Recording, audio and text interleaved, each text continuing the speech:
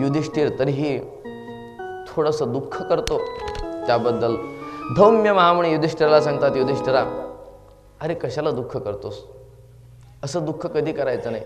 युधिष्ठिर म्हणतो, मुनिवर माझ्यासारखा कोणीतरी तुम्ही पाहिला का एवढा अभागी जीव, जो पत्नी सोबत वनवास करतो, पत्नीसह कधी घरात राहू शकत नाही, वनात निवास करतो, एवढा अभागी जीव तुम्ही कुणीच पाहिला नसेल. धौम्य मुनी सांगतात, राजा तुला वाटते तूच दुःखी आहेस? अरे प्रत्यक्ष रामाने सुद्धा वनवास स्वीकारला होता. तुझा तर 13 वर्षाचा आहे, रामाचा 14 वर्षाचा होता, तुझ्यापेक्षा 1 वर्ष अधिक. प्रत्यक्ष माता सीता ही रामाच्या बरोबर वनात होती, म्हणून तुला वाटते तूच दुःखी आहे, असं नाही. रामाने वनवास स्वीकारला होता, रामाने वनवास भोगला, हे ऐकून युधिष्ठिराने प्रश्न केला, महाराज रामाचं संपूर्ण चरित्र वर्णन करून सांगा. मग धौम्य मुनींनी रामायण वर्णन करून सांगायला सुरुवात केली. मुनी सांगतात, राजा दशरथ राजा होता, अयोध्येचं राज्य होतं, अवधपुरी दशरथ म्हणे राहू. अयोध्येचं राज्य होतं, दशरथ राजा होता त्या ठिकाणचा, आणि कौसल्या, कैकेयी, सुमित्रा 3 महाराण्या होत्या. जीवनात काही कमी नव्हती, संपत्ती विपुल प्रमाणामध्ये होती, सन्मती विपुल प्रमाणामध्ये होती, बुद्धी चांगली होती, सद्बुद्धी होती, कथा कीर्तन नेहमीसाठी श्रवण करणार, सद्बुद्धी सन्मती. पण एक उणीव होती संततीची, संतती नव्हती, म्हणून दुःख होतं. राजा गुरुकडे जातो, गुरुकडे जाऊन प्रार्थना करतो की महाराज मला सर्व प्राप्त आहे आपल्या कृपेने, पण संततीच नाही. राजाने सांगितलं, वशिष्ठ गुरु सांगतात, राजा चिंता करू नकोस, अरे तुला 1 नाही मग 4 पुत्र होणार आहेत, पण फक्त धैर्य धारण कर. धरहु धीर होई सुतचारी,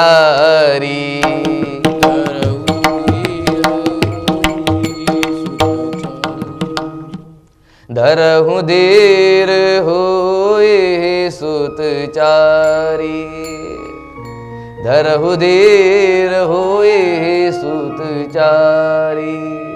1 नाही 4 पुत्र होतील तुला.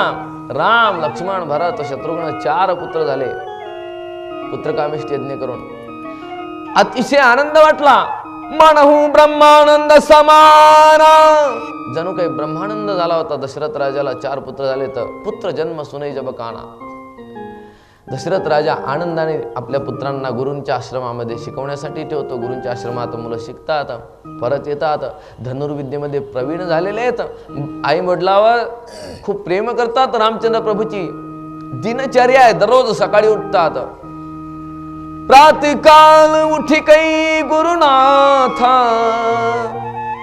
नावई मात पिता गुरुनाथा. प्रातःकाल उठी कै रघुनाथा, नावही माथ पिता गुरुनाथा. आपल्या आईला वंदन करतात, गुरुला वंदन करतात, मातेला वंदन करतात दररोज सकाळी. जर खरंच आपला मुलगा आपल्याला वंदन करत असेल तर त्या बापाला आईला कसं वाटत असेल. खूप आनंदित होत होते दशरथ महाराज. प्रत्येक कार्य दशरथ महाराजांची आज्ञा घेऊन करत होते रामचंद्र प्रभू. विश्वामित्र येतात, विश्वामित्र राम लक्ष्मणाला घेऊन जातात. आता तुम्हाला शॉर्टकटमध्ये सांगतो, कारण मागच्या वर्षाचं 7 दिवसाचं यावर्षी आता तुम्हाला फक्त 5 मिनिटाच्या आत संपूर्ण रामायण. विश्वामित्र येतात, राम लक्ष्मणाला घेऊन जातात, पण जाताना कौशल्याची तयारी नाही. कौशल्याला दुःख वाटते, मी रामाशिवाय कशी राहू, माझ्या रामाला वनवासामध्ये, कारण विश्वामित्र तर वनात राहणार आहे, त्यांच्या आश्रमात कसं पाठवू. गुरुकुळामध्ये माणसं जवळ कुठं असलं तर पाठवतात, पण लांब सोडायचा मुलगा म्हटल्यावर फार कठीण आहे. का हो, आळंदीला पाठवता का फारच कठीण आहे. मग आळंदी सोडा, ऋषिकेशला तर फारच कठीण आहे. ऋषिकेशला फारच कठीण आहे, कारण ऋषिकेश कुणीकडच्या कुणीकडे. एवढ्या लांब गेल्यानंतर आमचा मुलगा आमच्याकडे येईल नाही येईल, कसा राहील, कोण जाणे. माझा मुलगा मला सोडून जाणार आहे, मी जाऊ देणार नाही. दशरथ महाराज सुद्धा मुलांना द्यायला तयार नाहीत. त्यावेळी वशिष्ठ गुरु सांगतात, राजा जाण्याची आज्ञा दे. आणि राम काही जाताना राम लक्ष्मण दोघं जातील, पण येताना राम एकटा येणार नाही, राम चतुर्भुज होऊन येईल. जसं राम चतुर्भुज होऊन येईल हे ऐकलं, कौशल्याने सांगितलं पहिले जाऊ द्या. कारण सर्व म्हाताऱ्यांची स्त्रियांची इच्छा जर कोणती असेल तर कोणती आहे, आपल्या घरात लवकर सून यावी, आपल्याला कॉटवर बसायला मिळावं, सुनबाईनं दररोज हातामध्ये चहाचा कप द्यावा. ह्याच्या पलीकडे काय इच्छा असते त्यांची, त्याच्यातच त्यांना जास्त सुख वाटते. सुनबाईची अपेक्षा अधिक. मी म्हणतो अशी जर मिळाली की तीच कॉटवर बसली, सासूबाई आणा चहा, मग त्या सासूला असं वाटते नसती केली तर बरं झालं असतं, हा पोरगा मुंजा राहिला असता तर बरं झालं असतं. हिचा वैताग अधिक. पूर्वीच्या काळी सासुरवास होता, अलीकडे काहींना सुनवास व्हायला लागला. असं कठीण आहे. मुलगा जर चतुर्भुज होऊन येतो म्हटल्यावर कौशल्याने सांगितलं जाऊ द्या लवकर. विश्वामित्र राम लक्ष्मणाला घेऊन जातात, यज्ञाचं रक्षण करतात. जनकपुरीची चिठ्ठी आलेली आहे विश्वामित्रांकडे. चिठ्ठी वाचली. रामचंद्र प्रभूंनी विचारलं गुरुदेव कहां से पाती आई है?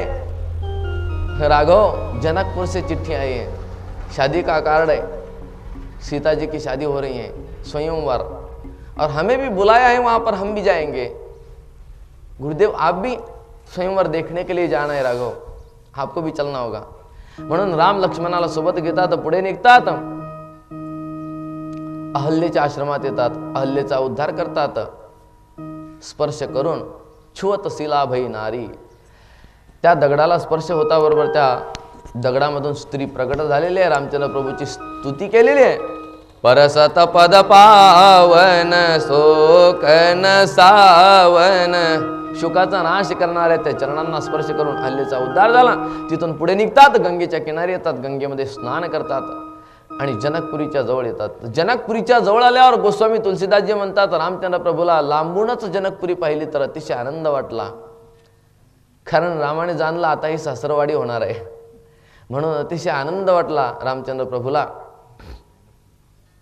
पुढे जातात, जनक महाराजांना माहिती पडलेलं आहे गुरुदेव आलेले आहेत. विश्वामित्र अनेक ब्राह्मणांना सोबत घेतलं, काही सेना सोबत घेतली आणि स्वागत करण्यासाठी येतात. विश्वामित्रांकडे विश्वामित्रांची जी कुटिया होती त्या कुटीमध्ये आलेले आहेत. राम लक्ष्मण थोडे बाहेर गेले होते, बसलेले आहेत. जसे राम लक्ष्मण आले, राम लक्ष्मणाचं आगमन होता बरोबर जेवढे जनक महाराजांसोबत आलेले ब्राह्मण होते, सेवक होते, सैन्य होतं, हे सर्वचे सर्व अचानक उठून उभे राहिले. जणू काही तो रामाचा प्रभावच होता.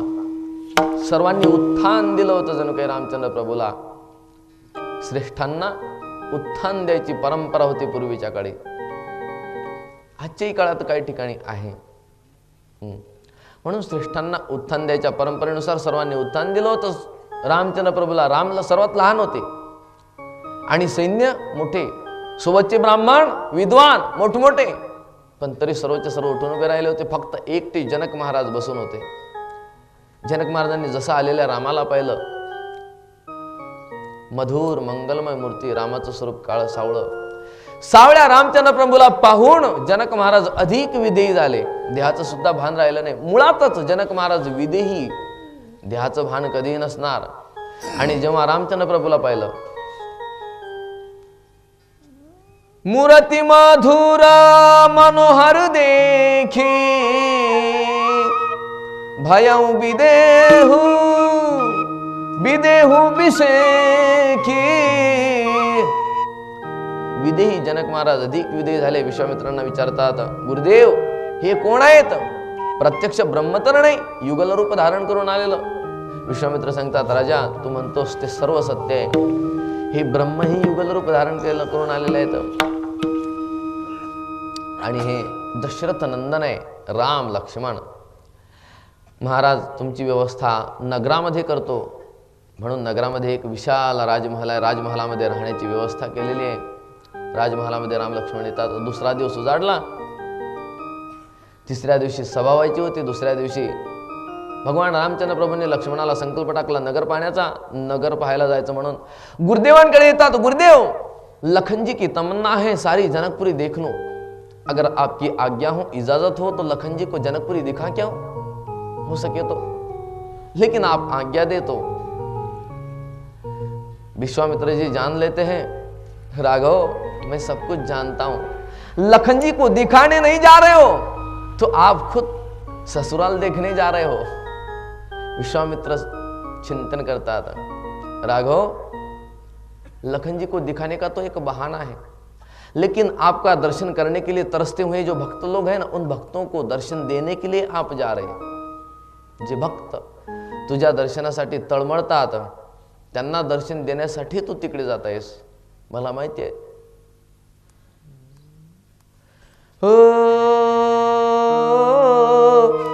धर्म से तू पालक तुम ताता, हे तात तू धर्म से तू पालक आहेस, तुला जास्त सांगायची गरज नाहीस, म्हणून जा आणि आपल्या भक्तांना सुखी कर चंद्रमुख दाखवून। भगवान राम लक्ष्मण दोघं जनकपुरीत निघतात, जनकपूरवासियांना दर्शन देतात, परत येतात। दुसऱ्या दिवशी फुलवाटिकेमध्ये येतात। पुष्पवाटिका आहे ती जनकपुरीची, त्या पुष्पवाटिकेत सीतेला सीतेच्या मातेने सांगितलेलं आहे, सीते तुझा विवाह होणार आहे म्हणून पार्वती मातेचं पूजन करायला जा। सीता सख्यांसमवेत पार्वतीचं पूजन करायला आलेलं आहे।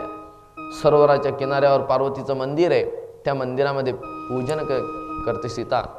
सीतेच्या सोबत असणाऱ्या ज्या मैत्रिणी होत्या, एका मैत्रिणीला वाटलं बरेच दिवस झाले आपण इकडे आलो नाही, बगीच्यात जाऊन तरी पाहावं कोणती कोणती फुलं कशी कशी झाली, 2-4 फुलं तरी घेऊन यावं। फुलांचा अतिशय शोक, म्हणून एक सखी बिचारी फुलं पाहण्यासाठी गेली, तर तिकडे गेल्यानंतर इकडे राम लक्ष्मण आलेले त्याच पुष्पवाटिकेत माळ्याला विचारतात, माळी दादा आमच्या गुरुदेवांना पूजा करण्यासाठी फुलं पाहिजेत, जर आपली आज्ञा असेल तर। माळ्याने सांगितलं तुमचीच बाग आहे, तुमचाच बगीचा आहे, जनक महाराजांचे प्रिय अतिथी आहात तुम्ही, आम्ही तुम्हाला नाही कसं म्हणणार, म्हणून तुम्ही घेऊन जा। राम लक्ष्मण दोघं फुलं घेण्यासाठी बगीच्यामध्ये प्रवेश करतात पुष्पवाटिकेत, आणि फुलं तोडणाऱ्या राम लक्ष्मणाला त्या सखीने पाहिलं, धावतच आली, सीते सीते अगं बाप कोण राजकुमार आलेले आहेत। आपली माता कुठं जात नाही, देवी कुठं जात नाही भवानी, पण ती राहणार नाहीत, ते लवकर निघून जाणार आहेत, फार सुंदर आहेत, फार चांगले आहेत, अगं एकदा बघून तर घे, त्यांना बघितलं ना एवढं प्रसन्न वाटते, पण कसे आहेत एवढं तर वर्णन करून सांग। ती म्हटली तुला वर्णन करून सांगितलं असतं, ते कशासाठी आले फक्त एवढंच माहिती आहे, ते फक्त आपली फुलबाग पाहण्यासाठी आलेले आहेत। देखन बाग कुंवर दुई आए, बय किशोर सब भाते सुहाए, बय किशोर सब भाते सुहाए। जय राम सिया राम,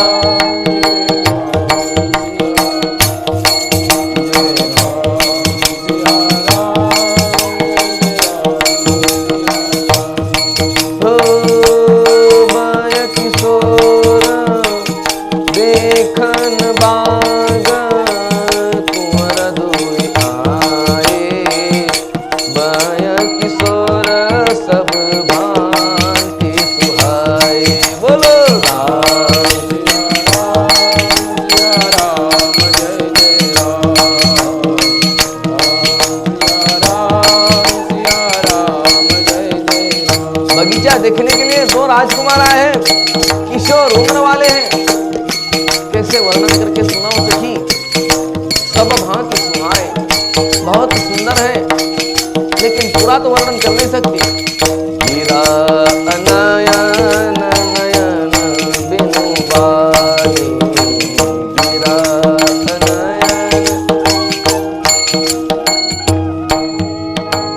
त्यांचं वर्णन कसं करून सांगू। गिरा अनयन नयन बिनु बानी, ज्या वाणीने वर्णन करायचं तिने पाहिलं नाही, ज्या डोळ्यांनी पाहिलं ते बोलू शकत नाही, म्हणून सखी तू प्रत्यक्ष चल। सीता प्रत्यक्ष आली, रामचंद्र प्रभूला पाहिलं, स्वरूप हृदयामध्ये साठवलं, डोळे बंद करून घेतले स्वरूप हृदयात साठवून, आणि सीता परत भवानी मातेकडे आली, भवानी मातेला हात जोडून प्रार्थना केली, हे भवानी माते माझ्या मनातला मनोरथ तू जाणतेस, फक्त तेवढा पूर्ण कर, अशी प्रार्थना जेव्हा भवानी मातेला केली। भवानी मातेच्या गळ्यातला हार सीतेच्या गळ्यात येऊन पडला, जणू काही भवानी मातेने आशीर्वाद दिला, सुनुसी असत्य आशीष हमारे, पूजे मन कामना तुम्हारी। सीते तुझ्या भावनेने ज्या इच्छेने माझी पूजा केली असती तुझी इच्छा परिपूर्ण होईल। युधिष्ठिरा अशा प्रकारे सीतेच्या मनाची इच्छा परिपूर्ण होण्यासाठी आशीर्वाद दिलेला आहे भवानी मातेने. आणि सीता परत आलेले आहे. दुसऱ्या दिवशी विशाल सभा भरलेली आहे. स्वयंवर मंडपामध्ये सर्व आलेले आहेत. रामचंद्र प्रभूंनी धनुष्याचा भंग केला. सीतेने वरमाळा घातली आणि तदनंतर पत्रिका छापलेल्या आहेत. लग्नाच्या विवाह पत्रिका ज्याला छापल्या, पत्रिका पाठवलेल्या आहेत दशरथ राजाकडे. म्हणजे पहिला रजिस्टर विवाह, दुसऱ्या दिवशी जेवणाची पंगत, ही पद्धत. धनुष्यभंग झाला, रजिस्टर विवाह झाला. विवाह तर झाला होता, परंतु सर्वात पहिला पुष्पवाटिकेमध्ये तो मानसिक विवाह. धनुष्यभंग झाला, रजिस्टर, आणि तदनंतर पंक्तीचा विवाह. मग जनकपूरवासिया आपल्या अवधवासियांना बोलावलेला आहे. सर्व वऱ्हाडी एकत्रित आलेले आहेत. 6 दिवस मुक्काम करीत करीत येतात. जणू काही ते साधना करीत करीत येत होते. 7व्या दिवशी जनकपुरीला पोचले. 7 दिवस मुक्काम केला, 8व्या दिवशी जनकपुरीला पोचले. हे 7 दिवस म्हणजे साधना होती. 7 पायऱ्या होत्या साधनेच्या. तेव्हा 8व्या दिवशी त्यांना समाधीचा आनंद प्राप्त झाला होता. भगवत दर्शन झालं होतं. भगवत दर्शनाची ती साधना होती. एकनाथ महाराजांनी फार वर्णन केलेलं आहे त्याचं. जनक राजाने सर्वांचं स्वागत केलेलं आहे. दररोजच्या पंक्ती दिलेल्या आहेत. विवाह मंडपात सगळे आलेले आहेत. विवाह सोहळा पार पडलेला आहे. आणि विवाह सोहळा पार पडून सर्व परत येतात घरी. आपल्या सुनांचं स्वागत केलेलं आहे. 4 पुत्रांचा विवाह झालेला आहे. सीता, उर्मिला, मांडवी, श्रुतकीर्ती, 4 पुत्रवधू आज दशरथ राजाच्या राजमहालात आणतात. दशरथ राजाला कौशल्याला काय आनंद असेल, पण थोड्याच दिवसात त्याच्यावरून पाणी फिरलं. कैकेयीने रामासाठी वनवास मागितला, म्हणून राम वनवासात जाण्यासाठी तयार झाले. जेव्हा सीतेला माहिती पडलं माझे परमप्रिय पती वनात जाणार आहेत, पती वनात जातो म्हटल्यावर आपण काय माहेरी निघून जायचं नाही. मी सुद्धा वनात जाणार, माझं परम कर्तव्य आहे. म्हणून सीताही रामचंद्र प्रभूला नमस्कार करते. रामचंद्र प्रभूने सीतेला सांगितलं, सीते तू घरीच राहा.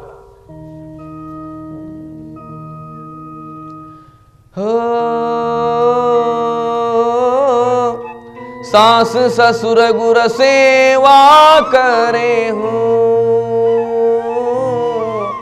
सासू सासरे यांची सेवा कर.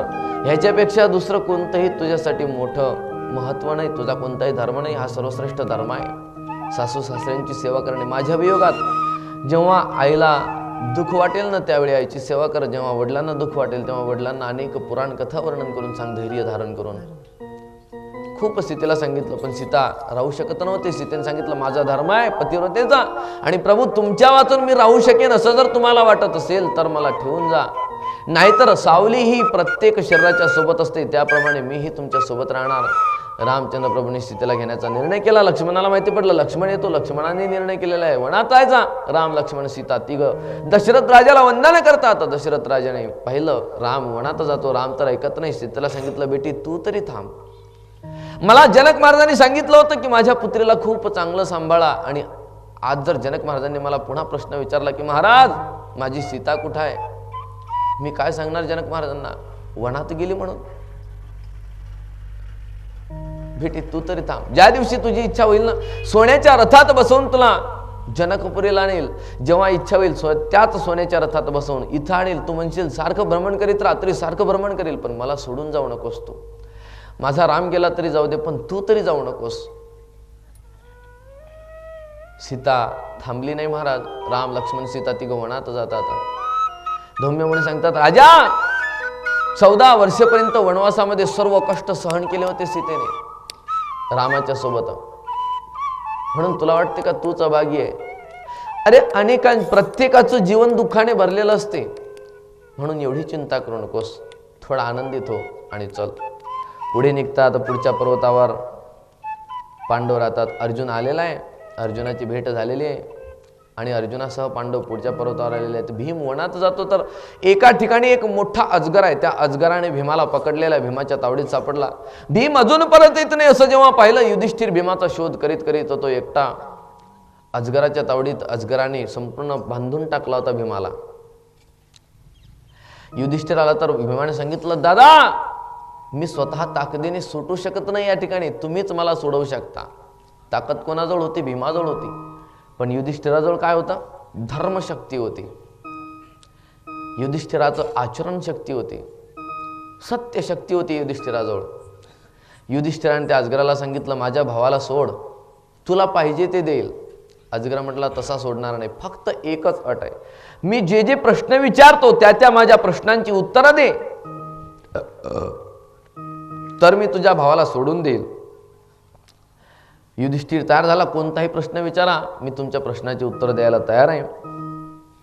म्हणून त्या अजगराने युधिष्ठिराला अनेक प्रश्न विचारलेले आहेत.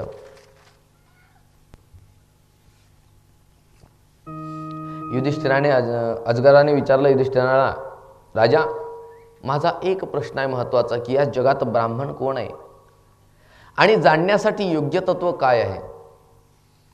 युधिष्ठिर म्हणतो, जगात ब्राह्मण कोण आहे, जो त्रिकाल संध्या करतो, गायत्री मंत्राचा त्रिकाल जप करतो, शम दम आदी गुणांनी युक्त असतो, त्याला ब्राह्मण म्हणावा. आणि जगामध्ये सर्वात योग्य तत्व जर कोणतं असेल जाणण्यासाठी, तर ते केवळ परमात्मा तत्व आहे. इतर सर्व तत्व जाणण्यासाठी योग्य नाहीत, पण परमात्मा तत्व जाणण्यासाठी योग्य आहे. जे तत्व जाणल्यानंतर जीवाला कोणतंही दुःख होत नाही, म्हणून ते परम तत्व आहे. बाकीचे तत्व असतील, पण परमात्मा परम तत्व आहे, ते एकच तत्व जाणण्यासाठी योग्य आहे. राजा, तू म्हणतोस ब्राह्मण ब्रह्मकर्म करणार आहे, पण जो ब्राह्मण वर्णात जन्माला आला, ब्रह्मकर्म करीत नसेल तर, युधिष्ठिर म्हणतो, त्याला ब्राह्मण म्हणायचा नाही. बरे, शूद्र वर्णामध्ये जन्माला आला आणि तो जर ब्राह्मणाचं कर्म करीत असेल तर,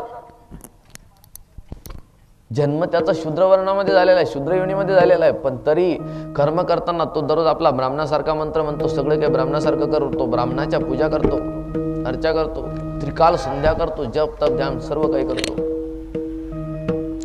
असं जर असेल तर त्याला काय म्हणावं.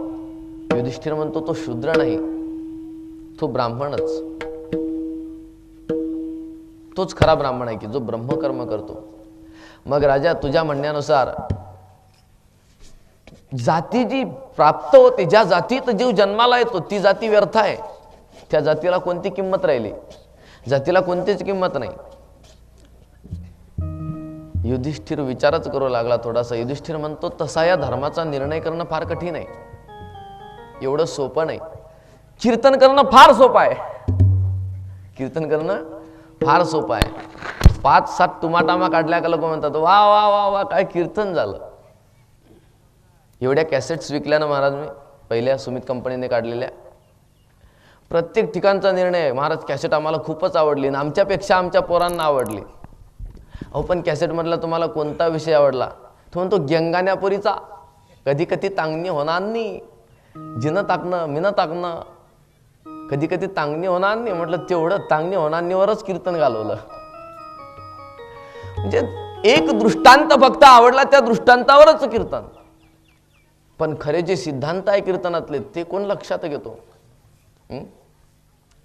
सिद्धांत आवडावे, सिद्धांत डोक्यात ठेवावे, दृष्टांत विसरून जावे. दृष्टांत हा फक्त झोप येऊ नये श्रोत्यांना म्हणून असते.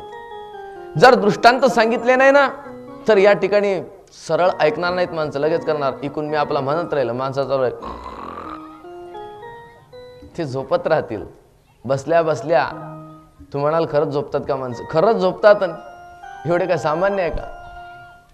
एवढे नमुने कीर्तनात सुद्धा झोपतात. कीर्तनातली सोडून द्या, बसलेले तुम्ही आता श्रोते मंडळी आहे, तुम्ही शांततेने झोपाल म्हणून सोडून द्या, तुम्हाला झोप येईल यात काय आश्चर्य आहे. कारण तुम्ही काही तसे येत नाही ना घरून, पहिलाच दबाव टाकून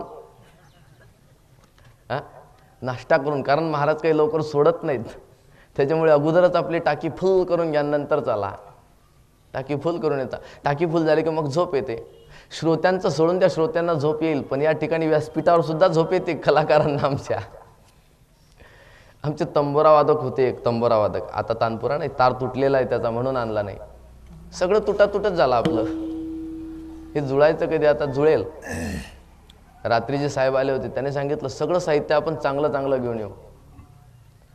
चांगला आणू. म्हणून तार तुटला आता त्याचा, म्हणून तो तंबोरा वाजवायचे, म्हणून त्यांचा नंबर सर्वात पाठीमागे असायचा. नामदेव आपले. आणि तुम्हाला खोटं वाटत असेल की महाराज तुम्ही खोटं सांगता, उगीच विनोद म्हणून सांगता, तर आत्ताच्या आत्ता पाहून घ्या, कम्प्युटरमध्ये तयार आहे. ते झोपलेले अजूनही दिसतात. मी आपल्या इकडे कथा सांगतो, वाजवणारे वाजवतात, गाणारे गातात, सर्व मंडळी सुद्धा भजन करतात, पण त्यांचं पाठीमागे आरामशीर तंबोरा त्याला आळवा टाकून आरामशीर झोप काढतात. एवढी ही झोप विचित्र आहे महाराज, भयंकरच विचित्र आहे. हा धर्माचा निर्णय करणं अतिशय कठीण आहे. ब्राह्मण कोण, वैश्य कोण, क्षत्रिय कोण, शूद्र कोण, ज्या जातीत जन्माला आला त्याच जातीचा तो, का ज्या जातीचं कर्म करतो त्या जातीचा तो. खरे वर्ण कसे निर्माण केले भगवंताने? ज्या जातीत जन्माला आलं त्या जातीचा जर म्हटला तर वर्ण संकराला किंमत राहत नाही. ज्या जातीत जन्माला आला त्या जातीचा म्हटला तर पुराणातल्या अनेक कथांना सुद्धा बाध येतो. मग काही केवळ कर्म करून ब्राह्मण बनलेले आहेत. बरं, कर्म करून बनले असं म्हटलं तर अनेक शूद्रांनी कर्म करून सुद्धा ते ब्राह्मण नाहीत बनले, ते तसेच राहिले. या ठिकाणी बाध आहे. म्हणून कोणाला कसं फळ कोणत्या कर्माचं प्राप्त होईल याचा निर्णय आपल्याला करताच येणार नाही. जो देणार आहे त्याच्याच हातात आहे. तुम्ही कामं कितीही करा, पण मजुरी कोणाला किती द्यायची फक्त त्या मालकाच्याच हातात आहे. जो त्याला आवडत असेल ना त्याला तो अधिक मजुरी देऊ शकेल, काम कमी केलं तरी सुद्धा आवडत असेल त्याला. म्हणून मजुरी देणं त्याच्या हातात आहे, फल देणं त्याच्या हातात आहे, पण कर्म करणं फक्त आपल्या हातात आहे. म्हणून कर्म करताना जेवढं होईल तेवढं आपण चांगलं कर्म करण्याचा प्रयत्न करावा. अशा प्रकारे या अजगराच्या प्रश्नाचे उत्तर दिलेले. अजगर म्हणतो, माझ्या प्रश्नाचं उत्तर तू दिलेलं आहेस, तुझ्या भावाला सोडतो. विचारलं अजगरा तू कोण आहेस? त्याने सांगितलं मी तुझा पूर्वज नहुष राजा. अरे मला स्वर्गाची संपत्ती प्राप्त झाली होती, मी स्वर्गाचा राजा बनलो होतो आणि त्याच्यामुळे मला खूप अभिमान झाला होता. संपत्ती आली म्हणजे त्याला काय होतो, नाही असं कोऊ जन्मा जगमाही प्रभुता पायी जाही मद नाही. ज्याला मोठेपण मिळाल्यानंतर अहंकार झाला नाही असा कोणी जन्माला आलाच नाही या जगामध्ये. प्रत्येकाला अभिमान झालेला आहे. मोठेपण प्राप्त झालं ना, तो एकदा का उंच आसनावर बसला का त्याला त्याचा काय होतो, अभिमान होतो, त्याचा थोडा गर्व होतो. थोडासा हा गचा शेंडा खोडून टाकायचा. गचा शेंडा जर खोडला नाही तर तो कुठंच राहणार नाही. हा ग भगवंताला सहन होत नाही म्हणून भगवान ग खोडून टाकतात. पण तो ग वाढतोच ना, प्रत्येकाचा वाढतो. प्रभुता पायी ज्याही मद नाही. तुम्ही काठी टोचू नका, ते झोपत नाहीत, ते समाधीत श्रवण करतात. तसं नाही. आता इथं कोण झोपणार आहे एवढ्या आवाजात? नाही. श्री बालकृष्ण लाल की.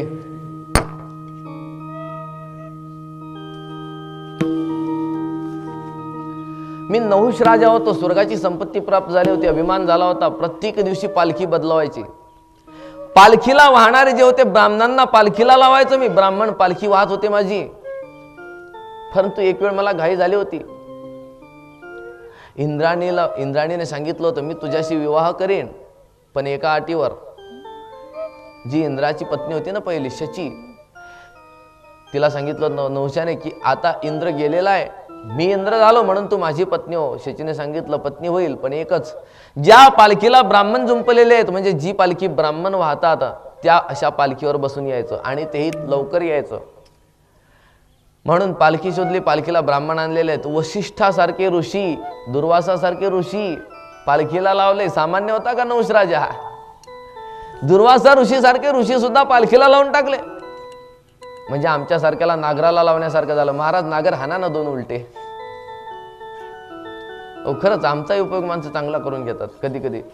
महाराज काही करा पण आमच्या शेतात तेवढं तुमचे पाय लागू द्या. म्हटलं तोडून दे ना. नाही तुमचे पाय तेवढे लागावे. बरं चला. मग त्यांच्या शेतात गेलो. प्रेमळ होते आमचे. त्यांचा केळीचा बाग लावायचा होता पुढे.